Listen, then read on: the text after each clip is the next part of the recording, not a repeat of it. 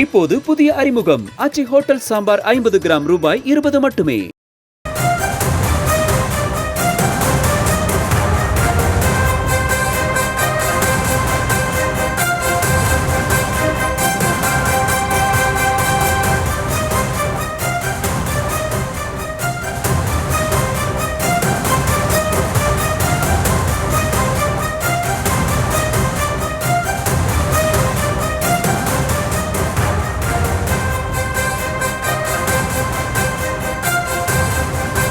மேலும் ஒரு அண்மை தகவலை பார்த்துக் கொண்டிருக்கிறோம்.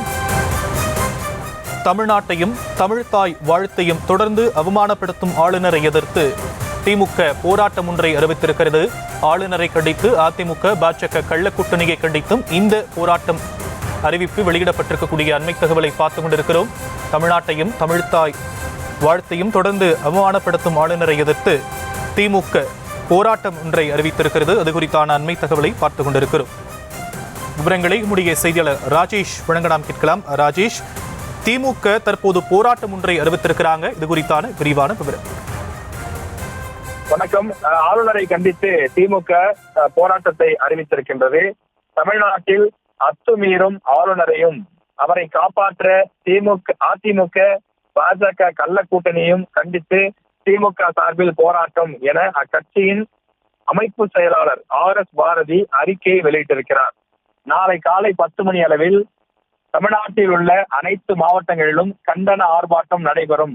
ஆளுநரை கண்டித்து இந்த ஆர்ப்பாட்டம் நடைபெறும் என அறிவிக்கப்பட்டிருக்கிறது. பாஜக ஆளும் மாநிலங்களில் அமைதியாக இருக்கும் ஆளுநர்கள் பாஜக அல்லாத மாநில அரசுகள் தனி ராஜாங்கம் நடத்த முயல்கிறார்கள் எனவும் RS பாரதி தன்னுடைய அறிக்கையிலே குறிப்பிட்டிருக்கிறார். ஆளுநர் மாளிகைகளை வைத்து மாநில நிர்வாகத்தை முடக்குவதை ஒரு வாடிக்கையாகவே வைத்திருக்கிறது மோடி அரசு என்றும் அதன் வெளிப்பாடுதான் இன்றைக்கு தமிழ்நாடு சட்டமன்றத்தில் நடந்த நிகழ்வு என்றும் அவர் குறிப்பிட்டிருக்கிறார். ஆளுநர் RN ரவி அவர்கள் மாநில உரிமைகளை சிதைத்து மாநில சுயாட்சியை பறிக்கக்கூடிய வகையிலே தொடர்ந்து செயல்பட்டு வருகிறார் என்றும் குறிப்பிட்டிருக்கிறார். 2023, 24 ஆகிய ஆண்டுகளிலும் இதே போல பல்வேறு காரணங்களை கூறி பாதியிலேயே வெளியேறிய ஆளுநர் ரவி தொடக்கத்தில் தேசிய கீதம் பாடப்பட வேண்டும் என்ற தன்னுடைய கோரிக்கை நிராகரிக்கப்பட்டதால் உரையை படிக்காமல் வெளியேறியதாக ஆளுநர் அளித்த விளக்கம் புல்லரிக்க வைப்பதாகவும் அவர் குறிப்பிட்டிருக்கின்றார்.